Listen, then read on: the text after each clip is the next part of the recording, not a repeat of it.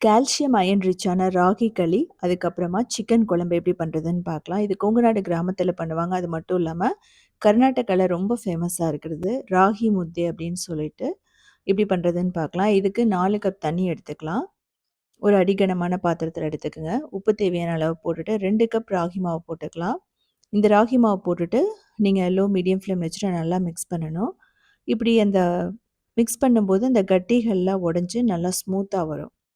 இப்போ ஒரு 2 table spoon நெய் வந்து இடையில விட்டுக்கலாம்.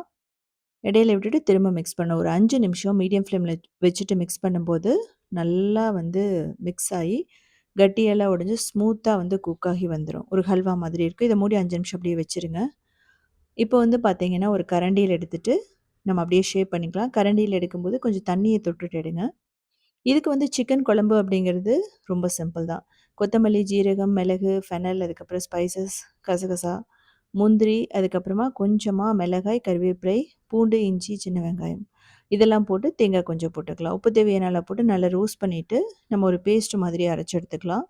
இதான் வந்து பார்த்தீங்கன்னா, இதனோட பேஸ். இது வந்து ஒரு செட்டிநாடு ஸ்டைல்ல இருக்கும்.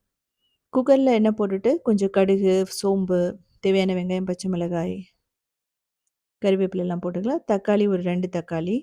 கிரேவி அதிகமா வேணும்னா நீங்க 3 தக்காளி கூட போட்டுக்கலாம். நல்லா ரோஸ்ட் பண்ணுங்க. இந்த கிரேவி 10 நிமிஷத்துல முடிஞ்சிரும். நல்லா வாஷ் பண்ண சிக்கன போட்டு நல்லா மிக்ஸ் பண்ணலாம். நீங்க மட்டனும் போடலாம். மஷ்ரூம், உருளைக்கிழங்கு எதுல வேணாலும் பண்ணலாம். இப்போ வந்து பார்த்தீங்கன்னா, இதில மஞ்சள்தூள், மிளகாய்த்தூள், கொத்தமல்லி தூள் அவ்வளோதான். நம்ம அரைச்சு வச்ச பேஸ்ட் ஊத்திடுவோம்.